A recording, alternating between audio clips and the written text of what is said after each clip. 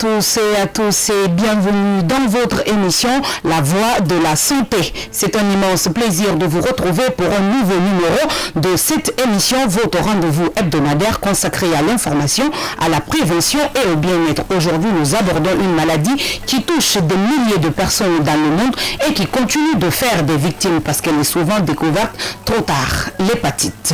Notre thème est l'hépatite en Guinée, comprendre la maladie pour mieux s'en protéger. Savez-vous qu'une personne peut vivre pendant plusieurs années avec une hépatite sans le savoir? Savez-vous qu'il existe des moyens simples de prévenir certaines formes d'hépatite? Pendant une heure, nous répondrons à toutes ces questions avec notre invité, le docteur Toumani Keita.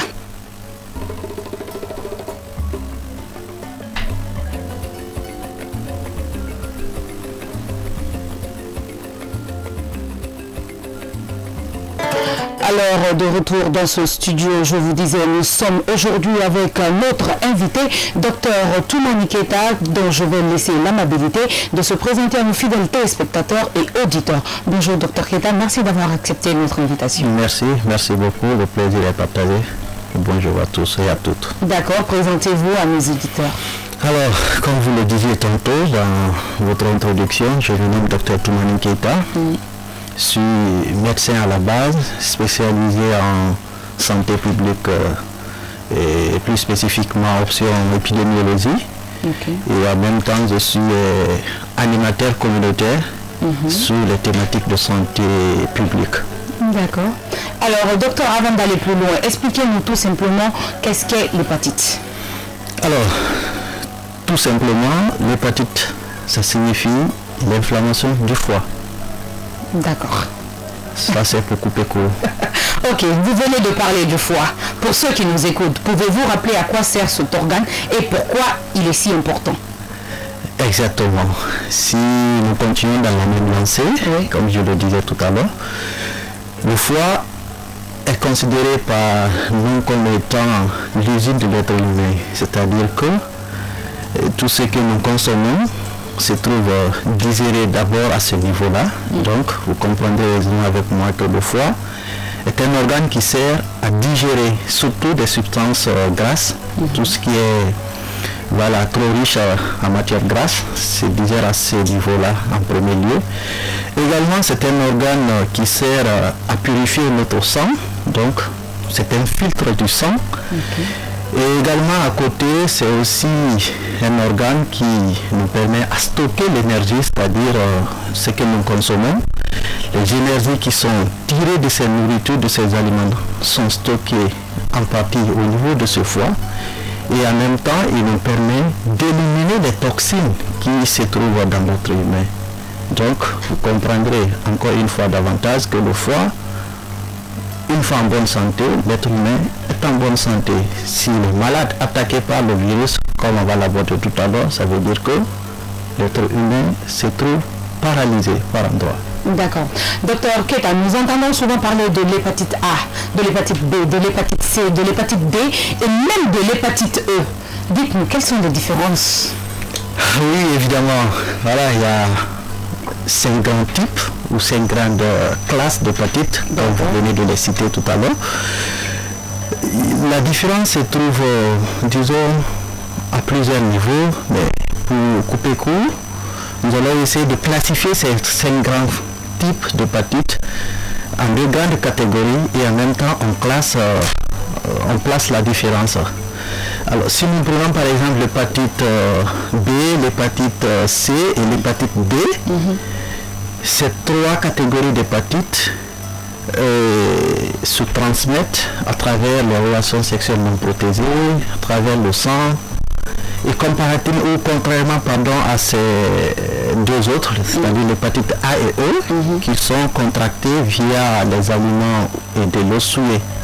D'accord. Donc la différence principale se situe à ce niveau-là, sans vouloir rentrer dans un premier temps dans les chiffres épidémiologiques. D'accord. En Guinée, ici, quelles sont les formes qui sont plus fréquentes? En Guinée, ici, nous avons les hépatites virales B, qui bat le record surtout. Et d'ailleurs, C'est sous ce type d'hépatite où beaucoup de recherches sont déjà menées ici en Guinée. Nous avons des chiffres qu'on va évoquer certainement plus tard. Et à côté, nous avons des hépatites virales C qui ne sont pas en tout cas au même niveau en termes de prévalence que l'hépatite B en Guinée, mais c'est elle qui se classe en deuxième position. Et ça, ce sont les hépatites qui sont transmises par voie sexuelle, c'est ça? Exactement, ce sont ces deux types d'hépatites qui se transmettent à travers les relations sexuelles, surtout non protégées, il faut ajouter. D'accord. Et si vous voulez, je ne sais pas s'il y a d'autres disons questions qui va porter sur les modes de transmission. Exactement, voilà, pour ne pas trop anticiper. Oui. On retient tout simplement que ces deux formes-là se transmettent et principalement, ça veut dire qu'il y a d'autres types où vraiment il y a d'autres modes de transmission. Exactement, principalement par la voie sexuelle, surtout non protégée. D'accord. Donc pourquoi dit-on souvent que l'hépatite est une maladie silencieuse? Qui sont très intéressantes parce que dans nos pratiques quotidiennes surtout, il nous arrive souvent à voir certains malades à un stade où franchement nous ne souhaitons pas quand même trouver ces malades dans ce stade-là parce que tout simplement ce sont des affections qui évoluent de façon très silencieuse, c'est-à-dire que à bas bruit, pas de douleur dans la plupart des cas, pas de symptômes et pas de signes annonciateurs en fait en faveur de cette affection-là. Et la plupart aussi où il y a des signes, ce sont des signes qui se ressemblent tellement aux signes qu'on rencontre pendant le paludisme, pendant la fièvre typhoïde, c'est-à-dire, je sais que vous allez poser certaines questions par rapport aux signes, donc je ne vais pas détailler à ce niveau-là. Donc, mais tout simple fait que ces signes sont presque absents dans la quasi-totalité des cas d'hépatite virale B, c'est pourquoi nous qualifions de cette affection de tiers de tiers silencieux, si vous voulez ainsi. D'accord. Est-ce que quelqu'un peut être infecté de l'hépatite pendant des mois, voire des années, sans jamais ressentir de symptômes? Tout à fait. Pendant des années? Tout à fait, de 10 à 20 ans d'ailleurs. Et surtout, si vous aviez la malchance que cette affection soit transmise par, disons, la voie périnatale, c'est-à-dire de la mère à l'enfant pendant l'accouchement. Et ça peut prendre du temps parce que ce sont des cas où tu vas grandir au fur et à mesure avec l'affection. Et c'est-à-dire le problème avec ces gens-là, chaque fois ils font des maladies qui se ressemblent tellement au palu que, mais vu leur âge, beaucoup de médecins ne pensent pas à ce stade, à partir du moment qu'on dit que principalement cette affection se transmet par la voie sexuelle. Donc on ignore un peu ce côté sur ces jeunes enfants-là et du coup ils vont aller jusqu'à 20 ans, 30 ans et plus avec cette affection. Et ça c'est très dangereux pour leur foi. D'accord. Avant d'attaquer les modes de transmission, voire la voie par laquelle on peut avoir l'hépatite, les différentes voies, nous allons d'abord aller vers une petite transition. On revient juste après.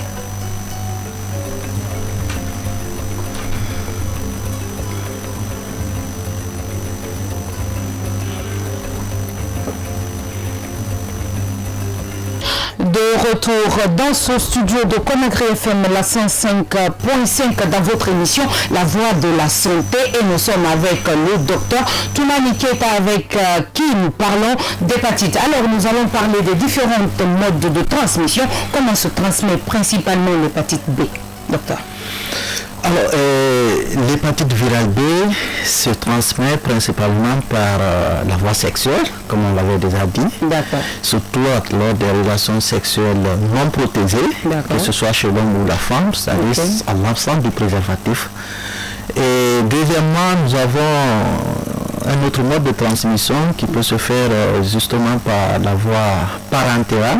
C'est-à-dire que lors des transfusions sanguines, par exemple, je sais que c'est très rare maintenant avec l'avènement des tests avant la transfusion. Mais à côté également, il y a les instruments souillés. C'est vraiment rare, hein, mais je le cite parce que c'est important de le savoir. Selon la date, c'est vraiment très très rare que la transmission se passe via ces instruments souillés. C'est-à-dire les rasoirs, les coupons, les seringues, les matériels, exactement, les tatouages. Tout à fait. C'est rare, mais il faut signaler. Et il faut signaler parce que ça fait partie vraiment des voies ou des modes de transmission. Et à côté, nous avons la voie périnatale, ça veut dire pendant la naissance. D'autres se posent même la question, alors, est-ce que ça veut dire que c'est une maladie héréditaire? Je répondrai non, ce n'est pas une maladie héréditaire parce que elle ne se transmet pas, elle ne se trouve pas dans les gènes, c'est-à-dire la transmission ne se passe pas dans les gènes. Mais par contre, pendant l'accouchement, lorsqu'une mère est porteuse de l'hépatite virale B, et que malheureusement, lors de ses CPN, ou bien elle n'a pas même suivi les CPN, les consultations prénatales au cours de sa grossesse, l'enfant qui n'est pas pourra avoir vraiment plus de chance, malchance, si vous voulez ainsi alors, à contracter cette affection lors de l'accouchement, surtout si les sages-femmes qui vont diriger l'accouchement n'ont pas aussi eu l'intelligence de passer ces premiers tests avant même de commencer à diriger l'accouchement, lors de la coupure du cordon ombilical, et voilà. Il peut y avoir mélange de sang à ce niveau, de la mère à l'enfant, et voilà. Ce sont des enfants qui vont plus tard, au fur et à mesure, développer cette affection. Donc, voici encore, ça fait déjà 3 mots de transmission, parentale, sexuelle, et puis périnatale. Et à côté, il faudra, bien que c'est discuté scientifiquement, il y a beaucoup de discussions autour, mais moi je préfère quand même mettre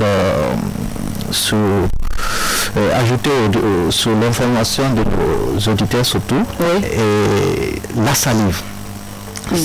La salive, il faudra noter quand même que lorsque l'un des deux partenaires, par exemple, qui décide de se donner des bégros et qu'il y a l'un qui, malchance, a des lésions par endroit au niveau de sa bouche, et que l'autre est porteur de la maladie, la salive, franchement, est très forte en quantité de virus.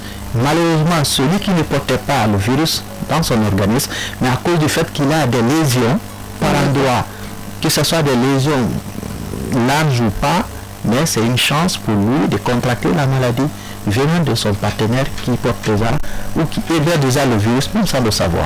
D'accord. Donc, il existe beaucoup d'idées reçues.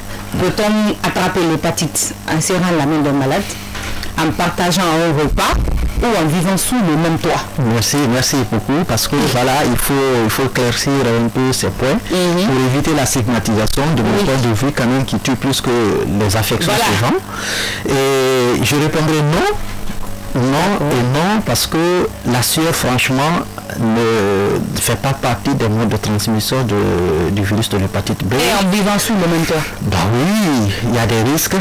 Si on le sait, on peut les éviter. En mangeant ensemble? En mangeant ensemble, non, pas du tout. Mais il y a la salive. Oui, il y a la salive. Si vous partagez, par exemple, la même fourchette, la même cuillère. Exactement. Là, je suis d'accord que, voilà, c'est pourquoi je disais que, oui, il faut quand même des informations préalables pour éviter ça. Parce que, normalement, si vous utilisez tel que vous venez de le dire tout à l'heure, la même cuillère, les mêmes fourchettes, ça, c'est un risque potentiel quand même pour ces gens-là. Si toutefois, il y a l'un qui porte le virus dans son organisme, à contaminer les autres. Ça, quand même, c'est un fait qu'il ne faut pas vraiment passer de côté. Oui. Mais la sueur, se serrant la main, non. Ou bien contact corps à corps, non, pas du tout. Franchement parlant.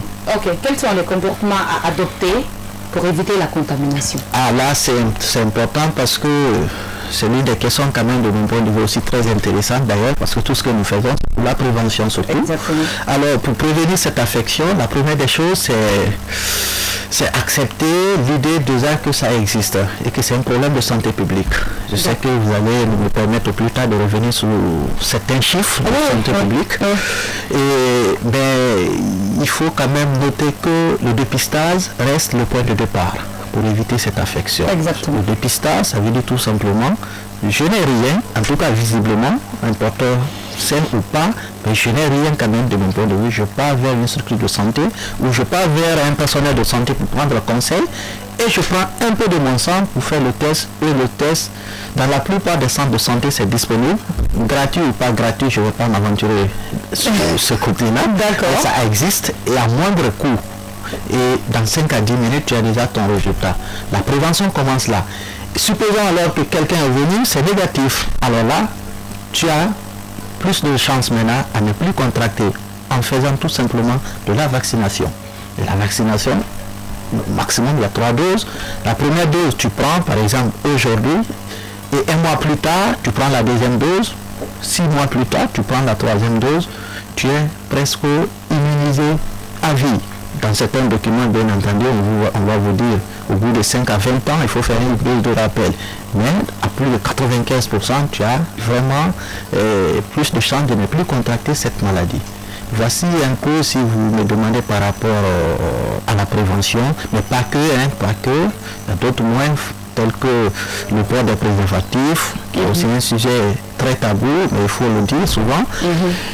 Masculin ou féminin, il faut les porter.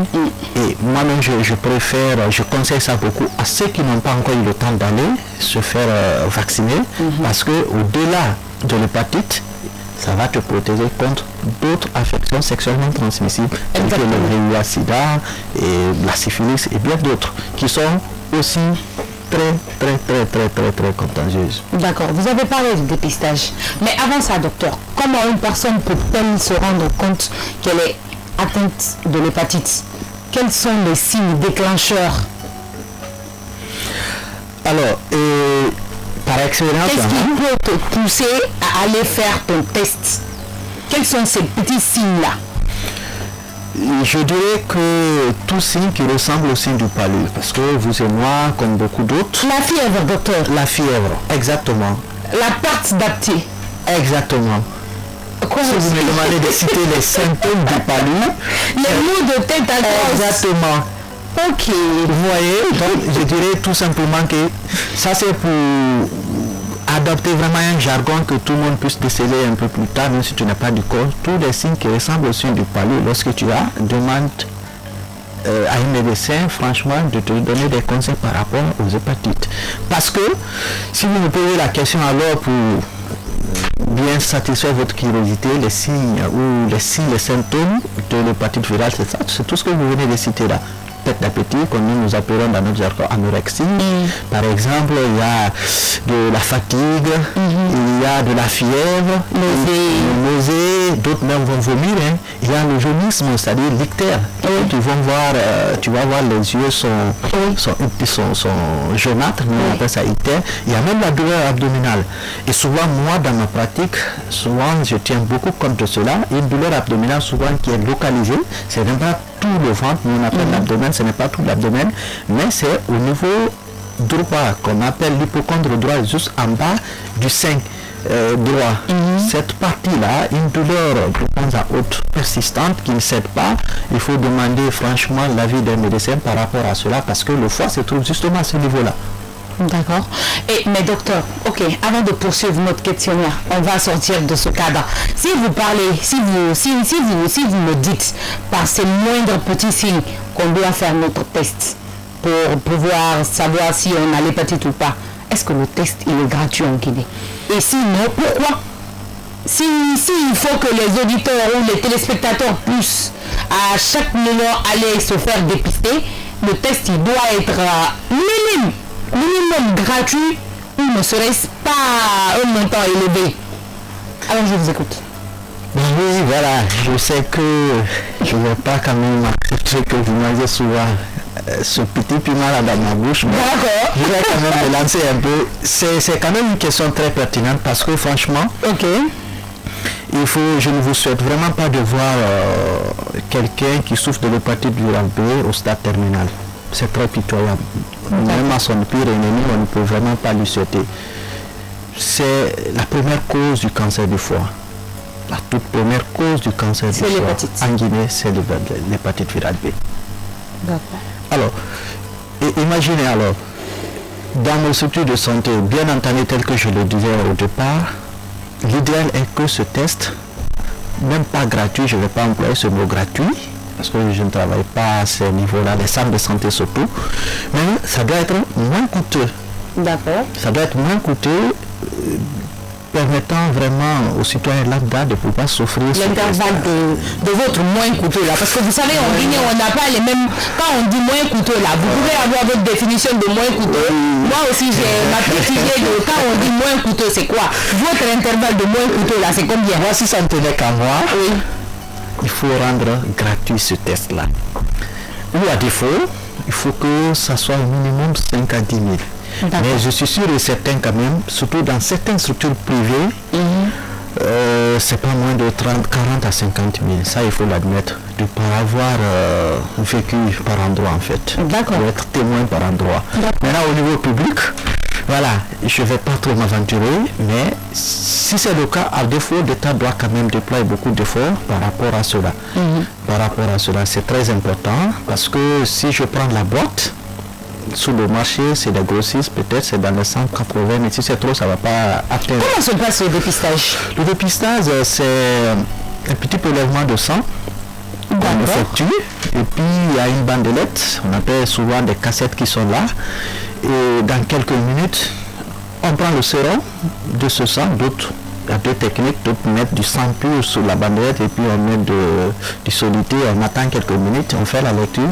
Si c'est comme les tests de grossesse en Europe. Ah, d'accord. 2 traits, on est enceinte, 1 trait, on n'est pas enceinte, donc c'est un peu ça. Tu observes si c'est 2 traits qui s'affichent, ça veut dire que l'intéressé porte le virus de l'hépatite virale B. Attention, ça on rentre encore, on ouvre une autre fenêtre très intéressante. Certainement, si vous voulez, je peux remettre cela quand on va arriver au niveau prise en charge. D'accord. Pour ne pas dérouter sur votre question. Et la deuxième technique, ils vont centrifuger, les laboratoires ils centrifugent, ils prennent le sérum, c'est encore plus fiable et plus rapide. Ils prennent le sérum, ils mettent en 5 à 10 minutes, tu as le résultat. Et voilà, c'est comme ça, et ce test-là se réalise. Qui doit absolument se faire vacciner? Parce que vous avez parlé du vaccin tout à l'heure. Ouais. Qui doit se faire vacciner? Est-ce que moi aujourd'hui, je peux me lever d'un coup de tête comme ça, aller dans un centre hospitalier pour aller faire des vaccins de l'hépatite? Non, ça ne se passe pas comme ça. Ça ne se passe, même si on vous le propose, à partir d'aujourd'hui que vous avez cette information, on n'accepte pas parce que si vous avez la malchance de vous faire vacciner, pendant que vous êtes porteur silencieux, du virus, là, non, ça déclenche. Ça se déclenche et souvent c'est très fatal. Il faut éviter cela. C'est pourquoi il faut d'abord se dépister. D'accord. Et ensuite, négatif, là tu te vaccines. Alors pour répondre concrètement à votre question, qui doit se faire vacciner? Tout le monde. Tout le monde, c'est-à-dire toute personne qui n'est pas encore porteuse du virus de l'hépatite B est appelée vraiment ou est un candidat idéal au vaccin du virus de l'hépatite B. Est-ce qu'aujourd'hui on peut guérir de l'hépatite B? Non. On ne guérit pas du virus de l'hépatite B. C'est pourquoi d'ailleurs dans la définition souvent on dit que c'est une affection chronique. Toute maladie chronique est une maladie qui ne se guérit pas. On apprend d'abord à vivre avec, on équilibre le virus. Heureusement, il y a quand même des médicaments qui sont disponibles. Attendez. Vous m'effrayez. Allons-y doucement. Est-ce qu'on peut guérir de l'hépatite? Vous me dites non, on ne peut pas guérir de l'hépatite B. Mais est-ce qu'on ne peut pas guérir de l'hépatite A, B, C, D et même E? Alors là, si on aborde de façon un peu plus large, je mets en réserve notre hépatite B. Mais si on prend par exemple l'hépatite virale C, on peut guérir de l'hépatite virale C. Surtout, il y a des nouvelles molécules qui sont sur le marché qu'on peut vraiment prendre. Selon la littérature, en 12 mois, on peut retrouver sa santé. Et moi, personnellement, je n'ai pas encore eu la chance, l'opportunité de suivre un malade par rapport à ça, parce que c'est rare en Guinée, il faut aussi le signaler. Bien que c'est le deuxième type d'hépatite derrière l'hépatite virale B en Guinée, mais il reste aussi, ce type reste rare. Mais à côté, les hépatites virales D, alors vous me donnez l'opportunité de dire que ça c'est un virus, si vous comprenez en certains termes, un virus parasite, lui n'existe presque pas seul. Toujours collé ou couplé, surtout au virus de l'hépatite virale B. C'est pourquoi l'idéal voudrait, lorsque quelqu'un est positif au virus de l'hépatite virale B, automatiquement il faut lui proposer à faire un test de dépistage pour le virus de l'hépatite virale D, qu'on appelle le virus Delta. Il est toujours couplé. Soit l'intéressé capte les deux lors d'un seul contact sexuel non protégé, ou bien l'hépatite virale B vient et puis avec le temps, il contracte l'hépatite virale D. Mais D n'est jamais isolé. D'accord. Les A et E, on peut guérir de ces deux de façon souvent spontanée et parfois même sans rien prendre. Parce qu'on a dit dans notre introduction que c'est l'eau et les aliments souillés qui sont à l'origine de ces deux autres types, A et E surtout. Donc, C, on guérit au maximum au bout de 12 semaines. Maintenant, B, malheureusement non. Et là, on prend le but du traitement là-bas. L'objectif du traitement, c'est si le virus a atteint un niveau où est actif, en train de se multiplier, là, il faut le ralentir, voire même le bloquer. Maintenant, la quantité de virus déjà produite, là, il faut essayer de neutraliser cela. Afin que prochainement, lorsqu'on effectue les tests de charge virale, qu'on trouve qu'elle est indétectable ou soit à un niveau qui ne peut plus causer du dommage à l'intéressé. Voici le but du traitement. Et la surveillance, elle doit être continue. Par an, au minimum une fois, si tu as les moyens, parce que tout coûte très cher, certainement on va revenir sur ces côtés, tout ce qui est lié à la prise en charge au coût. Et c'est là-bas les gens, en tout cas, nous comprendrons, je m'inclus parmi ces gens-là que le dépistage, la prévention reste meilleure sur tous les plans. Même sur le plan coût. Est-ce qu'une personne vaccinée est immunisée pour la vie? Oui. Presque à vie, parce que ça dépend des littératures. Nous marchons souvent sur la base de tout ce que nous voyons dans les documents scientifiques. Il est dit une personne déjà vaccinée est protégée presque de 10 à 20 ans. Dans certains documents, on dit à vie à 85 voire 95%. Tu es protégé à vie. Mais le risque zéro n'existe pas souvent aussi avec ces affections-là. Mais mets en tête quand même, bien que tu es protégé, il faut continuer à adapter d'autres modes de prévention tels que le port des préservatifs, lors des rapports à risque, l'utilisation personnelle des matériels tels que vous l'avez cité, rasoir, bic, ainsi de suite. Voilà, quand on est vacciné, il faut continuer avec ces éléments parce que le risque zéro n'existe pas, franchement. Est-ce que les plantes médicinales peuvent-elles remplacer le traitement? Je vous pose cette question, vous savez pourquoi? Parce que nous tous ici, nous avons des réseaux sociaux. Et nous avons le réseau social qui s'appelle Facebook. Sur Facebook, nous voyons une page qui vend des thés. On dit c'est des thés herbales, quelque chose comme ça. Mais ils disent que ça lutte contre l'hépatite. Est-ce que ça, ce sont des trucs qui peuvent remplacer le traitement? Franchement, c'est j'en connais beaucoup qui payent ces thés.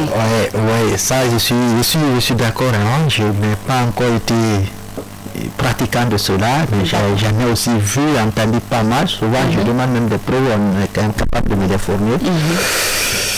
En tant qu'Africains, nous sommes tous pour la valorisation des plantes médicinales.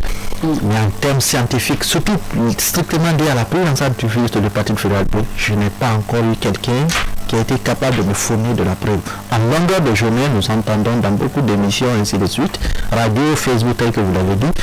Mais moi, ma simple réponse, là, je vous dirais que l'hépatite virale B, avec les plantes médicinales, peut être capable de soulager l'intéressé. Je dirais peut-être, hein, mais guérir, non.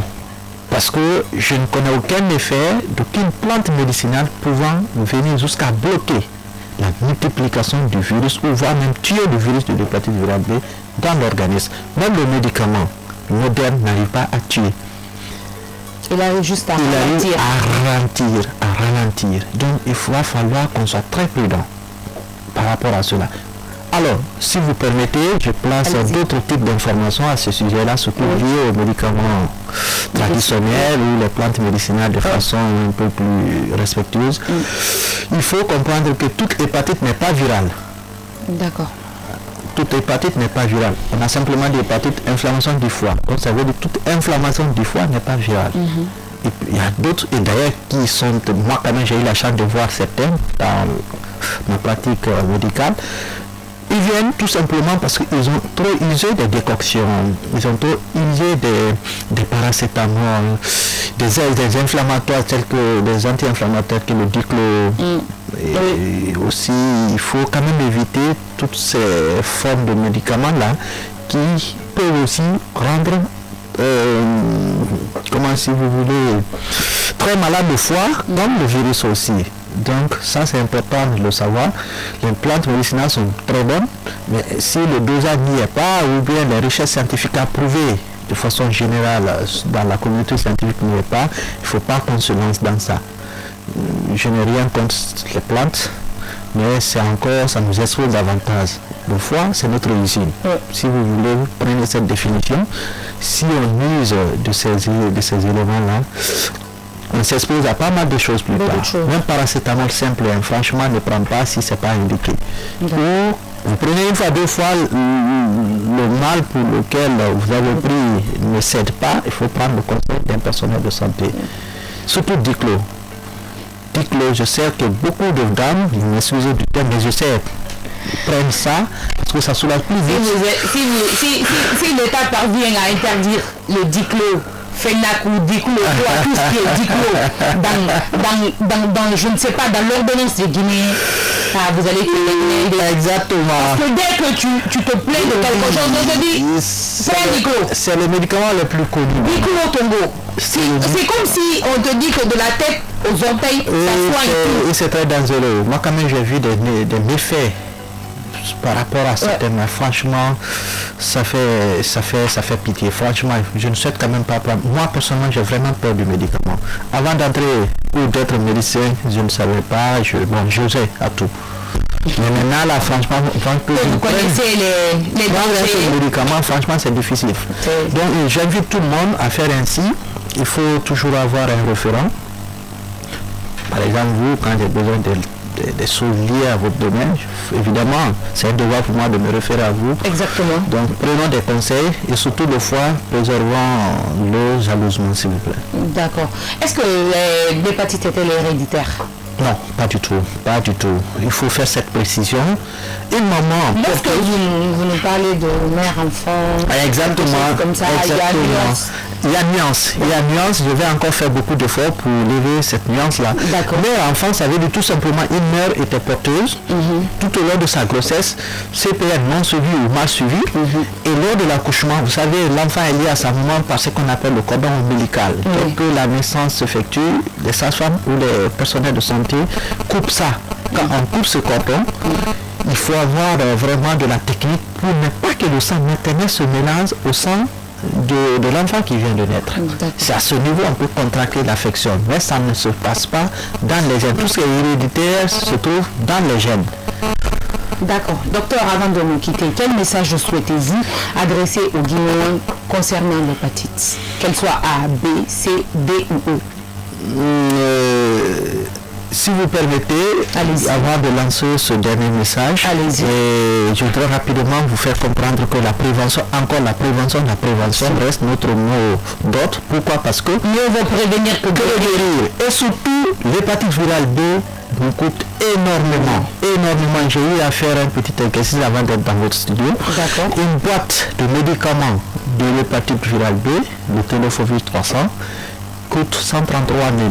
133 000 multiplié par, disons, 6 boîtes, parce qu'une boîte, c'est 30 comprimés pour un mois de prise, au minimum 6 mois, au maximum 1 an, on peut même prolonger. 133 000 fois 12, supposons que c'est sur 12 mois, ça fait près de 1 600 000. Le bilan, parce que l'antigène HbS positif ne fait pas dire forcément tu es obligé à prendre les médicaments. Voilà, donc pour celui qui a élargi les bilans, la charge virale, l'anticorps anti-HbS totaux, ainsi de suite, tous ces bilans-là d'abord coûtent plus de 2 à 3 millions par endroit. Et d'ailleurs, moi j'ai traité ma thèse de doctorat sur ça, par exemple, j'ai mené mon enquête à l'hôpital préfectoral de Sibiri, où il n'y avait pas en ce moment-là, actuellement je ne sais pas, mais il n'y avait pas d'appareil pouvant nous permettre de prendre une décision thérapeutique. C'était juste l'antigène HbS. Soit on amenait ces malades ici à Conakry ou on les amenait à Bamako pour pouvoir faire le bilan d'extension pour savoir est-ce que l'intéressé, il a le virus, oui, mais est-ce que le virus est en train de se multiplier ou bien est-ce que le virus a déjà atteint un niveau où il faut agir sur le plan médicamenteux. Cette décision, franchement, elle est capitale parce que tout antigène HbS positif ou tout porteur de l'hépatite virale B n'est pas appelé à prendre les médicaments. Attention, il faut qu'on fasse beaucoup très attention à cela. Mais maintenant, savoir est-ce qu'il doit prendre les médicaments, c'est un coût, minimum 3 millions et plus. Et les médicaments, je viens de vous rappeler le coût de la boîte, vous comprendrez aisément que franchement la prévention devrait nous orienter vers cela. Et rapidement, si toujours avant le dernier message, j'avais conservé ces petits chiffres pour nous, parce qu'il est important de le savoir. Actuellement, d'après certaines données ou les données les plus récentes de l'OMS, l'Organisation mondiale de la santé, à date, il faut retenir que plus de 2 milliards de personnes sont en train de se promener aujourd'hui avec ce virus. Et parmi ces gens-là, les 2 milliards de personnes, environ 300 à 4 000 personnes, millions de personnes, sont déjà porteurs de la forme chronique. C'est chronique, c'est lorsque ça dépasse 6 mois. On avait oublié de vous signaler cela. Il y a 2 formes. Chronique quand ça dépasse 6 mois, aigu avant 6 mois. Généralement, ça guérit sans médicament. Alors, parmi ces 3 000 ou 4 millions de personnes, il y a si vous voulez, 500 à 1 million de personnes qui meurent chaque année. Spécifiquement de l'hépatite. En Guinée? Bon, en Guinée spécifiquement, je vous donne les chiffres, la prévalence. La prévalence en Guinée actuellement, selon, il y a 4 ans, une étude réalisée par un de nos maîtres, le professeur Guria, qui est très reconnu dans ce domaine-là aussi, il a rapporté une prévalence de 16 à 18%. Ça veut dire tout simplement, sur 100 personnes, testées aujourd'hui, maintenant là, nous avons plus de chances de retrouver 19 personnes positives de l'hépatite virale B. Et ça, ce sont des chiffres qui dépassent légèrement du seuil critique donné par l'OMS qui est de 8%. Ça veut dire que notre pays, la Guinée, est d'une forte endémicité de cette affection-là, surtout dans les zones minières que je connais un peu mieux. Donc, pour revenir maintenant à mon dernier mot, votre message concernant l'hépatite B surtout, ou les hépatites de façon générale, je voudrais profiter de cette antenne pour rappeler que demain, le 28 juillet, est la journée mondiale du virus ou des hépatites, si vous voulez. La journée mondiale des hépatites. Il faut rendre hommage surtout au médecin américain qui a pu mettre en évidence ce virus depuis 1963 et puis 2 ans plus tard, 1969, il a inventé les premiers vaccins qui continuent à sauver des vies jusque-là. Et il faudra quand même conserver ces acquis-là et tout en s'inscrivant dans la prévention, le dépistage, la vaccination, le port des préservatifs lors des rapports sexuels à risque et surtout il faut utiliser les matériels de façon très à l'eau si vous voulez. Il ne faut pas partager des rasoirs bics, il ne faut pas partager des brosses à dents. Ceux qui ont beaucoup d'enfants à la maison, c'est important de le savoir. Il ne faut quand même pas aussi trop passer. S'il y a un enfant qui est porteur et que vous savez déjà, il ne faut pas le stigmatiser, il ne faut pas dire aux enfants de se méfier de lui. C'est à vous, parents, de prendre des précautions parce que voilà, la stigmatisation tue encore à petit feu. Voici en gros, si vous voulez, ce qu'il faut retenir, c'est la prévention, c'est la communication, c'est le dépistage, c'est l'utilisation des préservatifs masculins, féminins, bref, c'est un peu cela. D'accord, c'est bien compris. Merci docteur pour votre disponibilité et pour toutes ces explications qui, nous l'espérons, permettront à chacun de mieux comprendre cette maladie. Chers auditeurs, retenons qu'il est possible de prévenir l'hépatite grâce à la vaccination, au dépistage précoce et à l'adoption des comportements responsables. N'attendez pas l'apparition des symptômes pour consulter. Se faire dépister, c'est se donner une chance de protéger sa santé et celle de ses proches. Merci d'avoir été des nôtres. Merci pour votre fidélité à la radio Conakry FM. Prenez soin de vous et à très bientôt pour un nouveau numéro de votre émission La Voix de la Santé. Au revoir.